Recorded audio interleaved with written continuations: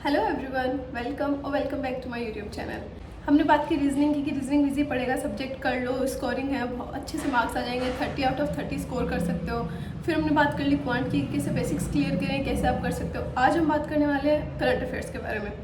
कोई बात नहीं कर रहा कि क्योंकि प्री की बात कर रहे हैं, अभी सारे प्री एग्जाम्स लाइंड अप है, तो सारे क्या सोच रहे हैं कि रीजनिंग कर लेंगे, इंग्लिश कर लेंगे, क्वांट कर लेंगे, ठीक है हमारा प्री निकल जाएगा।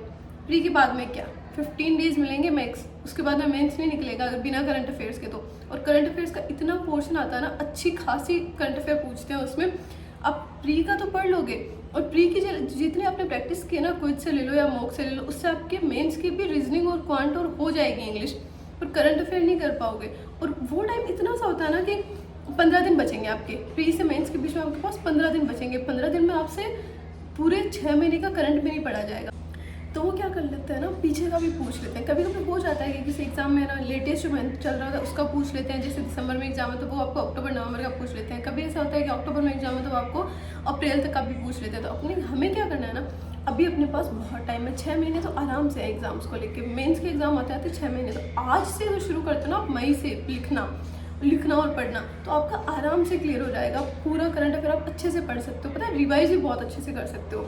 पिछली बार मेरी जो सबसे बड़ी गलती थी ना, वो यही था कि मैंने करंट अफेयर लिखे तो थे मैंने स्टार्टिंग से, क्योंकि जैसे मेरी गाइडेंस थी उसके हिसाब से मुझे लिखना था करंट अफेयर अच्छे से और पढ़ना भी था। लेकिन मैंने ना उतना ध्यान से नहीं पढ़ा, क्योंकि उतना इंटरेस्ट नहीं आता मुझे करंट अफेयर में, पहले नहीं आता।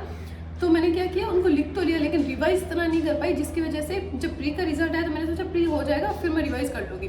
फिर इतना टाइम ही नहीं मिलता, 15 से 20 दिन मिलता है, उसमें आप रिवाइज भी नहीं कर पाते और इतना सारी डेटा आ जाता है ना कि सब मिक्स हो जाता है। अब आपका पढ़ा हुआ तो है लेकिन आप श्योर नहीं हो कि यार इसमें आंसर क्या हो सकता है। ठीक है, हमें वो नहीं करना है, अभी से ही शुरू करना है। ठीक है, आप क्या करोगे, सबसे पहले अभी जैसे मई चल रहा है, 2 सोर्स फॉलो करो। मेरी मानो तो इस बार 2 सोर्स फॉलो करो, क्योंकि पिछली बार जब मैंने सारे मेंस दिए ना, मैं लिख के आई हूँ सारे मेंस, मुझे पता है वहाँ पे इतने डीप क्वेश्चन पूछने लग गए ना कि जैसे स्टडी आई क्यों कर रही थी ना मैं लास्ट टाइम मेरे पास टाइम नहीं बच रहा था, जैसे मैंने एक सोर्स किया उससे मैंने लिख लिया डीप से। सेकंड सोर्स था वो मैंने वीडियो का ऊपर से पढ़ लिया और रिवाइज करती रही। तो उसमें क्या होता है ना, आपके पास अंदर का उसका नॉलेज नहीं बचता, डीप उसका नॉलेज नहीं बचता कि कोई जैसे कोई स्कीम बता दी हमें, अब हमें नहीं, अब स्कीम उस टाइम क्यों आई है न्यूज़ में वो तो पढ़ लिया मैंने, पर स्कीम कब से शुरू हुई थी, उसमें क्या क्या उसके बेनिफिट्स हैं, क्या चल रहा है क्या नहीं चल रहा है, वो नहीं पढ़ा लॉन्च होने का। और तो फिर वो क्वेश्चन में पूछ लिया। तो पिछली बार के मेंस में ऐसा हुआ कि जो मैं पढ़ के गई हूँ ना वो सारा स्टेटमेंट में आ गया क्वेश्चन में, और जो क्वेश्चन पूछा है ना क्वेश्चन उसमें कुछ और ही पूछ लिया।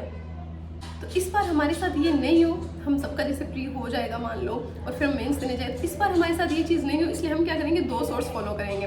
जैसे मैं फॉलो कर रही हूँ तो अफेयर्स क्लाउड को कर रही हूँ, एक मैं स्टडी आई को कर रही हूँ। अफेयर्स क्लाउड से मैंने क्या किया, मैंने अप्रैल से लिखना शुरू कर दिया था। मैं डे बाई डे रोज़ का लिख रही हूँ अफेयर्स क्लाउड का, और जितनी भी न्यूज़ आती है मैं उसको नोट डाउन करती हूँ। उसके अंदर जो डिटेल दी हुई थी न्यूज़ के अंदर, वो क्यों न्यूज़ में है, क्या उसका स्टैटिक है, वो सारा पोर्शन भी उसका लिखती हूँ। नोट डाउन, शॉर्ट नोट्स बनाने हैं, उनको बहुत लेंदी पूरा थ्योरी नहीं लिखनी है, शॉर्ट नोट्स में लिख लिया मैंने। ठीक है, दूसरा सोर्स फॉलो कर रही हूँ मैं स्टडी IQ का। वो क्यों, क्योंकि उसमें वीडियो बेस्ड आता है वो, तो वीडियो से क्या होता है ना, अपन देख भी रहे हैं, अपन सुन भी रहे हैं, और वो सर जो लिख रहे हैं एक्स्ट्रा जो भी डिटेल्स बता रहे हैं ना, हम वो भी सुन रहे हैं। तो 3 चीज़ें हो रही है। एक होता है ना, एक तो आप पढ़ते हो, वो जितना याद होता है उससे ज़्यादा याद होता है जो आप देख रहे हो, जो आप सुन रहे हो। अफेयर्स क्लाउड को मैं इसलिए फॉलो कर रही हूँ क्योंकि उसमें बहुत डीप बताते हैं, बहुत डेटा बताते हैं, पीछे का स्टैटिक भी बता देते हैं, सब कुछ बताते हैं, इसलिए मैं वो फॉलो कर रही हूँ। और स्टडी IQ में क्या होता है, सर वीडियो के साथ में पढ़ा रहे होते हैं और वो भी एक्स्ट्रा नॉलेज बताते हैं, तो वो भी कर रही हूँ। और दूसरी बात, मैं स्टडी IQ का भी लिख रही हूँ। मैंने 3 नोटबुक बना रखी है एक्चुअली ना। पहले मैं अफेयर्स क्लाउड का लिख रही हूँ, साथ में क्या है ना, आप अगर आपका मान लो अप्रैल से आपने अब शुरू करोगे आप अप्रैल का, तो अप्रैल का आप 1 महीने का इतना, अप्रैल का आपका 1 महीने का इतना ज़्यादा हो जाएगा ना कि आप एग्जॉस्ट हो जाओगे, लिख नहीं पाओगे। तो आप मई से शुरू कर लो, क्योंकि मई, जून, जुलाई, अगस्त, सितंबर और अक्टूबर में आपके मेंस होंगे, तो आपके पास इनफ टाइम। आप अभी से मई से शुरू करोगे तो 6 महीने का मोर देन इनफ हो जाएगा। ठीक है, तो आप क्या करो, अफेयर्स क्लाउड ले लो। PIB के जो एडिटोरियल वाले सर है, वो टेलीग्राम पे ना न्यूज़ एडिटोरियल का जो चैनल है उस पर अनुज जिंदल सर है, वो PIB की न्यूज़ देते हैं। वो हर रोज़ का ना फिक्स 2-4 स्कीम हो या फिर कोई जो रिसेंटली जो ज़्यादा डिस्कस टॉपिक हो ना उसके बारे में बताते हैं वो, तो अब वो ले लो। तो मैंने 3 बुक्स डाली है, एक तो मैं अफेयर्स क्लाउड का लिखती हूँ बनाती हूँ, एक मैं PIB की न्यूज़ वाला है जो स्कीम वगैरह हो गई वो ना पूरा बताते हैं अच्छे से, आप चेक करना एक बार, वो करती हूँ। और एक स्टडी IQ का कर रही हूँ। वो मैं क्या करती हूँ ना, स्टडी IQ का वीडियो चलाती हूँ, वो सुनती जाती हूँ, पढ़ती जाती हूँ, साथ साथ में जो पॉइंट्स होते जाते हैं ना एक्स्ट्रा जो सर बताते हैं मैं वो भी नोट डाउन करती जाती हूँ। तो क्या होगा ना, कल को अपन रिवाइज करेंगे ना तो बहुत ईजी आ जाएगा। तो उससे क्या होगा ना कि अभी हम बहुत अच्छे से पढ़ रहे हैं उस चीज़ को, वीडियो को पढ़ रहे हैं या फिर अपन लिख रहे हैं फर्स्ट क्लाउड का, वो बहुत अच्छे से कर रहे हैं। कल को जब रिवाइज करेंगे ना तब इतना मेहनत नहीं लगेगा उसमें, तो अपने आप से क्लिक हो जाएगा कि हाँ मैंने उस दिन ये पढ़ा था, ये किया था। और 7 दिन का आप लिखो और संडे को आप लिखो मत, बस रिवाइज करो। तीनों का एक बार रिवाइज कर लोगे, 7 दिन का रिवाइज करो, फिर मंथ एंड में पूरे मंथ का रिवाइज कर लो, पीछे का जो बचा हुआ है वो भी रिवाइज कर लो। बहुत ईजी हो जाएगा याद करना।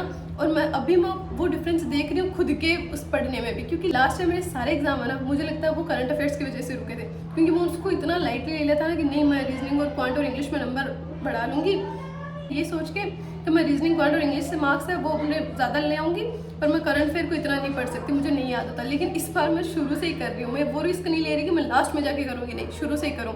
मैंने आपको 3 सोर्स बता दिए हैं, अफेयर्स क्लाउड का लिख लो, स्टडी आईक्यू का वीडियो देखते देखते लिख लो, और आप पीआईबी की न्यूज़ लिख लो। मैक्स टू मैक्स आपका 2 घंटा जाएगा उसमें, इतना सा करोगे बहुत हो जाएगा। वो आराम से रिवाइज करना, revision is the key to success. Seriously current affairs में रिवीजन जितना करोगे उतना ज़्यादा फायदा होगा। तो करंट अफेयर का बता दूं कि आप ऐसे नहीं कि आपने ना 10 महीने का करंट अफेयर कर लिया, लिख लिया और ना एक बार पढ़ लिया और 10 महीने को अच्छे से लिख रहे हो, सुंदर सुंदर नोट्स बना रहे हो, ग्रीन पेन यूज़ कर लिया, ब्लैक पेन यूज़ कर लिया, कोई ज़रूरत नहीं है, कोई नहीं पूछने वाला है कि आपने कितने सुंदर नोट्स बनाए थे। इतना 4 महीने का भी करोगे और अच्छे से रिवाइज किया हुआ है, इस 4 महीने से भी कुछ भी बाहर नहीं जाएगा, तो अच्छा बस वही काम चल जाएगा आपका। वो अपने को क्वालिटी पे ध्यान देना है, क्वांटिटी पे ध्यान नहीं देना कि मैंने 10 महीने का किया, मैंने 8 महीने का किया, मैंने बहुत सुंदर लिख लिया, नहीं, क्वालिटी देखो। आपने 4 महीने का भी बहुत अच्छे से किया है ना, वो आपको यूजफुल रहेगा रेदर देन आपने जो 6 महीने 10 महीने 8 महीने जो किया है, ठीक है। तो आपको फिक्स यही करना है, अफेयर्स क्लाउड करके देख लो, पीआईबी देख लो, स्टडी आईक्यू देख लो, ये तीनों चीज़ें फॉलो करो। और बहुत क्वेश्चन पढ़ते हैं उनमें से, स्टडी आईक्यू का तो मैंने पिछली बार किया और मैंने देखा हुआ है, इस बार मैं अफेयर्स क्लाउड भी कर रही हूँ और पीआईबी न्यूज़ भी कर रही हूँ। क्यों, और मैं बता दूँ टॉपिक्स क्या, पिछली बार मैंने मेंस दिए तो ये होता था कि स्कीम्स पढ़ती थी और मैं सोच रही थी यार इसका स्टडी कौन पढ़ेगा, स्कीम का कौन इतना डीप में जाएगा, सारा उसी में से आता है। स्कीम हो गई, जितनी भी स्कीम्स आती है गवर्नमेंट स्कीम्स, उनको बहुत डीप में पूछते हैं, तो अच्छे से लिख लिख के पढ़ना उन चीज़ को, ठीक है। कोई नई चीज़ बनाई है, कोई एक्विजिशन हुआ है, कोई एमओयू हुआ है, ये जो अच्छी अच्छी बुक्स भी आती है ना, कुछ कुछ का पता चल जाता है ना, वो वाली बुक्स भी याद करनी है आपको। स्कीम्स से सबसे ज़्यादा ध्यान देना, बुक्स का भी देख लेना, एक्विजिशन देख लेना, एमओयूज़ देख लेना, और कोई स्पोर्ट्स की न्यूज़ हो वो देख लेना, जैसे F1 रेस वगैरह होती है वो देख लेना, या फिर कोई है ना किसी ने अवार्ड जीता है, फर्स्ट टाइम जीता है और वो बहुत ही मतलब हाईलाइट, मेजर हाईलाइट वाली न्यूज़ है ना, वो ध्यान है। ओबिचुरी कोई नहीं पूछेगा आपको, जीडीपी कोई नहीं पूछेगा, रैंक्स कोई नहीं पूछेगा, कौन इंस्टीट्यूट कहाँ कर रहा है सिचुएटेड कोई नहीं पूछेगा आपको, इसलिए वो मत देखना, आप ये सब करना। और मैं अपने एक्सपीरियंस से बता रही हूँ, मेरे मेंस जिस वजह से रुके, मैं नहीं चाहती आप लोगों के मेंस भी उस वजह से रुके। और हो सकता है मैं आपको RRBPO का मेंस कैसे अटेम्प्ट करना है वो भी बता दूं, क्योंकि मेरे लिए गेम चेंजिंग था जो मैंने स्ट्रेटजी बनाई, वो मेरे लिए बहुत अच्छी काम की और मेरे अच्छे मार्क्स थे। करंट अफेयर को बहुत अच्छे से कर लूँ, क्योंकि फ्री के मार्क्स होते हैं यार, ये 30 नंबर 40 नंबर, या फिर तो SBIPO में तो 60 नंबर का करंट अफेयर कर दिया। वो है कि आपको आ रहा है तो बस आ रहा है, उसमें आपका बिल्कुल टाइम वेस्ट नहीं हो रहा है, आया टिक किया बस।